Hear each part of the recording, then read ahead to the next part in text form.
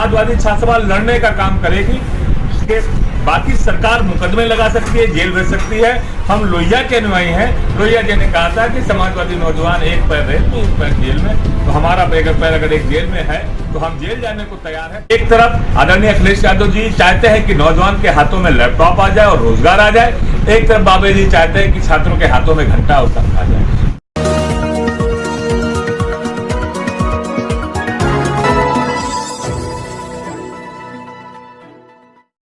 आमिला नगर में समाजवादी छात्र सभा के प्रदेश अध्यक्ष दिग्विजय सिंह देव के आगमन पर लोहिया वाहिनी के पूर्व राष्ट्रीय उपाध्यक्ष विनीत कुशवाहा के नेतृत्व में सपा कार्यकर्ताओं ने माल्यार्पण कर जोरदार स्वागत किया। इस दौरान मीडिया से बात करते हुए छात्र सभा के प्रदेश अध्यक्ष ने वर्तमान भाजपा सरकार पर जमकर निशाना साधा। देखिए, अब तो चुनाव करीब है तो सारी चीजें चुनाव से जोड़ी जा रही हैं, लेकिन समाजवादी पार्टी की समाजवादी छात्र सभा पहले दिन से, जिस दिन से योगी सरकार इस उत्तर प्रदेश में आई, तब से योगी सरकार द्वारा की रही जातियों के खिलाफ लगातार समाजवादी छात्र सभा तड़कों पर रही और सारी लड़ाइयों को लड़ा जिसमें सरकार ने छात्रों के साथ बेईमानी की। आपने देखा कि अगर सिर्फ छात्रों की बात की जाए और नौजवानों की बात की जाए तो इस सरकार ने सबसे ज़्यादा छात्रों और नौजवानों के साथ अन्याय किया और उनको छला है। 6 पेपर भर्तियों के लीक हो गए। तमाम जो भर्तियां चाहे 69,000 की भर्ती है, उस समय भ्रष्टाचार के मामले निकल कर आए। तमाम ऐसी भी जो है नौकरी के नाम पर उन्होंने आवेदन निकाल रखे हैं, उसका पैसा नौजवानों से जमा कराया और परीक्षा नहीं कराया। छात्रों के में सबसे ज्यादा अगर कोई पिछड़ा और दलित वर्ग के जो छात्र उनके साथ बुरी तरह से अन्याय किया गया। इस सरकार ने बुरी तरह से उन्हें प्रताड़ित करने का काम किया। 0 फीस पर, जिसमें गरीब का बेटा, गरीब दलित का बेटा 0 फीस पर पढ़ लेता था, वो 0 फीस इनसे छीन ली, स्कॉलरशिप छीन ली। और जो विश्वविद्यालयों में नियुक्तियां भी हुई प्रोफेसर और असिस्टेंट प्रोफेसरों की, उसमें भी दलित और पिछड़ों का हक मारा गया। छात्रों के साथ सबसे बड़ी दिक्कत है कि यूपीएससी का कोई कैलेंडर नहीं है। आपने तमाम देखा होगा, तमाम नौकरियां ना जाने कितने दिनों से पेंडिंग है और बहुत सारे ऐसे भी नौजवान हैं, जैसे जल निगम के जो 1300 जेई थे वो उन्हें जो है नौकरी से निकाल दिया गया। वो आज अपनी लड़ाई लड़ रहे हैं, शिक्षा मित्रों को निकाल दिया, उनकी तरफ लड़ाई लड़ रहे हैं। इसी तरह से आप और भी पीटीसी के छात्र लाठी खा रहे हैं, डीएलएड के छात्र लाठी खा रहे हैं। ये सरकार छात्रों के मामले में पूरी तरह फेल है। और आप अगर देखोगे जिस तरह से छात्राओं के साथ यहाँ पर जुल्म हुए और सरकार खामोश रही। हम लोग अभी गोरखपुर एक प्रतिनिधिमंडल के साथ आए थे, जहाँ पर होम साइंस की एक स्टूडेंट जो बीएससी 3rd ईयर की थी, उसकी डेड बॉडी विश्वविद्यालय कैंपस में एक जगह पाई जाती है, एक स्टोर रूम में पाई जाती है होम साइंस के। घर वालों का कहना है कि उनकी बेटी आत्महत्या नहीं कर सकती। डेड बॉडी जो पाई जाती है वो भी संदिग्ध हालत में है, क्योंकि जब वो जहाँ से वो लटकी हुई उसके पैर जमीन में छू रहे हैं, उसके सर से चोट आई हुई है, उसके कपड़े धूल मिल है, कई जगह से फटे हैं। पोस्टमार्टम रिपोर्ट में सिर्फ ये बताया जाता है कि युवती की मौत जो है दम घुटने से हुई। प्रशासन में ही जो वहाँ दिव्या रानी सिंह जो यहाँ उसके जो HOD हैं होम साइंस की, उनके खिलाफ जो परिवार वाले हैं वो मुकदमा दर्ज करा, लेकिन प्रशासन और पुलिस दोनों मिलकर उस पर लिपापोती करने में जुटे हुए हैं। उन्होंने एक दिन पूरे रूम को खाली रखा, उस पर कोई सिक्योरिटी जांच नहीं बैठाई, वो फ्री था, सारे साक्ष्य मिटा दिए गए। जो भी पुलिस को कार्रवाई करनी थी वो कार्रवाई उन्होंने घर वालों पे की, उनके मोबाइल ले लिए, 24 घंटे में उनके मोबाइल में फोटो डिलीट की गई, नंबर डिलीट किए गए। जितनी यातना दे पाते वो दिए। वही परिवार जब मुख्यमंत्री जी से मिलने जाता है, 4 तारीख को मुख्यमंत्री जी गोरखपुर में थे, उनसे मिलने जाता है तो मुख्यमंत्री जी से नहीं मिलते। उनके गृह जनपद में उनके मठ के 4-5 किलोमीटर के दायरे में ही उनका घर आता है, जहाँ पर वो बच्ची रहती थी। इस तरह की घटनाओं पर मुख्यमंत्री संज्ञान नहीं लेते हैं। परिवार लखनऊ जाता है, वहाँ नहीं मिलते हैं। अंधेर गर्दी मची हुई है पूरे उत्तर प्रदेश में। आपने देखा होगा कि एक दलित छात्रा के साथ रेप होता है, उसको मार दिया जाता है, फिर उसकी डेड बॉडी रात के 1 बजे जला देती है पुलिस और उसके परिवार वालों को भी मिलने नहीं देती। तो ये जो सरकार, ये गूंगी बहरी सरकार है, छात्र विरोधी सरकार है, नौजवान विरोधी सरकार है।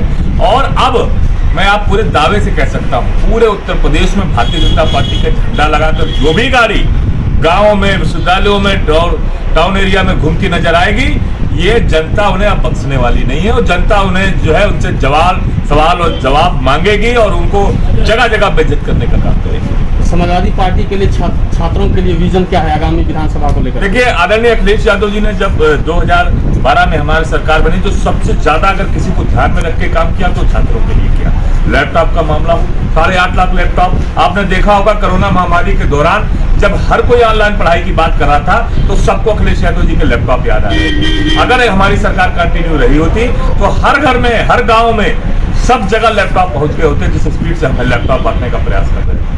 एक काम जो सबसे बड़ा था वो हम कर रहे थे, IT सिटी बात कर रहे थे, नए यूनिवर्सिटीज बनाने की बात कर रहे थे, मेडिकल सिटी बनाने की बात कर रहे थे, और जो नए यूनिवर्सिटी के अंदर जिस तरह से नए फैकल्टियां बनाने की बात हो रही थी उस उत्तर प्रदेश की योगी सरकार में जिसने कभी ध्यान नहीं दिया।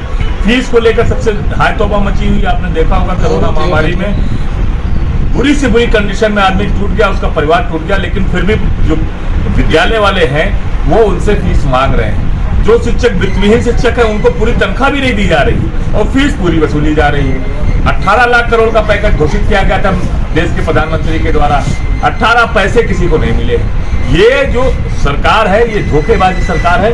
समाजवादी पार्टी का आदरणीय अखिलेश यादव जी ने हर फील्ड में काम किया। खेल के क्षेत्र में इकाना स्पोर्ट्स स्टेडियम बनाया या उत्तर प्रदेश में तमाम स्पोर्ट्स स्टेडियम को बनाने का काम किया हो, या और तरह की नई गतिविधियों पर उन्होंने उनको बढ़ाने का काम किया, यूनिवर्सिटीज बनाने का काम किया। बलिया में यूनिवर्सिटी बनी, पीछे आपके सत्कवी नगर में यूनिवर्सिटी बनी, तो विश्वविद्यालय बनाने का काम किया और शिक्षा को आगे ले जाने का काम किया है। IT सिटी जो लखनऊ में बिल्डअप की है, जो छात्र बीटेक के छात्र विनीत कुशवाहा खुद इंजीनियर हैं, ये भी जानते हैं, या और जो तमाम टेक्निकल एजुकेशन से जुड़े स्टूडेंट्स हैं वो अपनी नौकरी खोजने बेंगलोर जाते थे, पुणे जाते थे या नोएडा जाते थे। आज वो लखनऊ में ही रहकर अपने माँ बाप के पास, अपने परिवार के पास रहकर ही वो नौकरी कर सकता था। लेकिन इस सरकार के आने के बाद जो कंपनियां यहाँ पर अब काम करना शुरू की थी उन कंपनियों को अपना झोला यंत्रा बंद करना पड़ा और वापस वो चले गए। TCS जैसी कंपनी भी अब लखनऊ में अपनी ब्रांच बंद करके चली गई। सिर्फ ये सरकार जो है वो झूठ बोलने वाली सरकार है। और आदरणीय अखिलेश यादव ने जो काम करके दिए थे, अगर वो काम सुचारू रूप से चला ले जाते फिर भी बहुत राहत होती, लेकिन इन्होंने कोई काम नहीं किया, क्योंकि ये सारे काम आदरणीय अखिलेश यादव जी ने शुरू किए थे। इसलिए मारे जलन के उन्होंने उस कार्यक्रमों में कामों में पैसा देना बंद कर दिया और पूरी तरह से छात्रों और नौजवानों का समाजवादी छात्र सभा समाजवादी पार्टी की एक विंग है। और रिकॉर्ड अगर आप खंगालेंगे तो जो सबसे बड़ी सड़कों पर लड़ाई अगर किसी ने लड़ी तो समाजवादी छात्र सभा ने नौजवानों की लड़ी। तमाम यहाँ दिलीप पांडे बैठे हुए हैं, इन पर क्या क्या नहीं कार्रवाई हुई, NSA तक लगाया गया। ये मास्टर अनिल यादव मास्टर बैठे हुए, पूछे उन पर क्या क्या कार्रवाई नहीं हुई। तो ये सरकार अगर सबसे ज्यादा डरती है तो छात्र नौजवानों से डरती है, और खासकर समाजवादी छात्र सभा से डरती है। समाजवादी छात्र सभा लड़ने का काम करेगी, अपनी ताकत जो बाबा साहब ने जो हमें संविधान दिया, जो ताकत दी, उस संविधान की ताकत से हम अपनी बात उठाने का, सड़क पर अपनी बात कहने की, लड़ाई लड़ने का काम करेंगे। बाकी सरकार मुकदमे लगा सकती है, जेल भेज सकती है। हम लोहिया के अनुयायी हैं। लोहिया जी ने कहा था कि समाजवादी नौजवान एक पैर रेल में एक पैर जेल में, तो हमारा पैर अगर एक जेल में है तो हम जेल जाने को तैयार है, पर अन्याय सहने को तैयार है। कहा जाता है कि जिस ओर जवानी चलती है उस ओर जमाना चलता है। तो आप चूंकि छात्र सभा के युवा किंग माना जाएगा आपको, तो आप विधानसभा आगामी लेकर के सपा को किस तरीके से, मतलब आपका विजन क्या रहेगा छात्र सभा का? देखिए, आदरणीय हमारे लिए जो सबसे बड़ी बात है, आदरणीय अखिलेश यादव जी ने जितना छात्रों पर काम किया है शायद कोई और नहीं कर सकता। आज की डेट में अभी गोल्ड मेडल हमारे देश में आया और भी सारे मेडल आए, लेकिन अगर योगी सरकार से पूछा जाए कि उन्होंने खेल पर क्या किया तो शायद 0 मिलेगा। एक काम नहीं बता सकते, कौन सा नया स्टेडियम बना है ये भी नहीं बता सकते, लेकिन मैं गर्व से कह सकता हूं कि हमारा जो मुखिया है आदरणीय अखिलेश यादव, उन्होंने बहुत सारे काम स्पोर्ट्स में किए। स्पोर्ट्स आपने देखा होगा, लखनऊ में एक बड़ी स्पोर्ट्स सिटी बन रही थी, इकाना स्टेडियम के साथ पीछे बहुत बड़ी स्पोर्ट्स सिटी थी, जहां पर प्रदेश भर का नौजवान अच्छे से अच्छे खेलों को, जो गांव क्षेत्रों में वो सुविधाएं नहीं मिल सकती थी, उनको वो स्पोर्ट्स में आगे बढ़ाने का काम किया जाता। हॉकी की जो आप हमारा जो गुरु गोविंद सिंह स्पोर्ट्स कॉलेज है, वहां पर हॉकी की नई फील्ड तैयार की गई और उन पर नए सिरे से काम किया गया। आप देख सकते हो कि अगर किसी ने नौजवानों को चहुमुखी प्रतिभा के लिए आगे बढ़ाने का काम किया तो आदरणीय अखिलेश यादव जी ने किया। ये नौजवान जानता है, समझता है कि कौन सी पार्टी उन्हें जाति धर्म के झगड़े में उलझाना चाहती है और कौन सा नेता हमें हमारे आगे वाले सुनहरे भविष्य के लिए काम देना चाहता है। एक तरफ आदरणीय अखिलेश यादव जी चाहते हैं कि नौजवान के हाथों में लैपटॉप आ जाए और रोजगार आ जाए, एक तरफ बाबे जी चाहते हैं कि छात्रों के हाथों में घंटा और शंख आ जाए। यही समझना है कि कौन उत्तर प्रदेश को आगे बढ़ाने की बात कर रहा है और कौन सिर्फ उनके वोट को पाने की बात कर रहा है। वोटों को वोट बरगला के लिए जा सकते हैं, लेकिन उससे प्रदेश और देश का भला नहीं हो सकता। देश हमारा तभी आगे बढ़ेगा, प्रदेश तभी आगे बढ़ेगा जब देश के नौजवानों के हाथ में रोजगार होगा, लैपटॉप होगा, सुनहरा भविष्य होगा।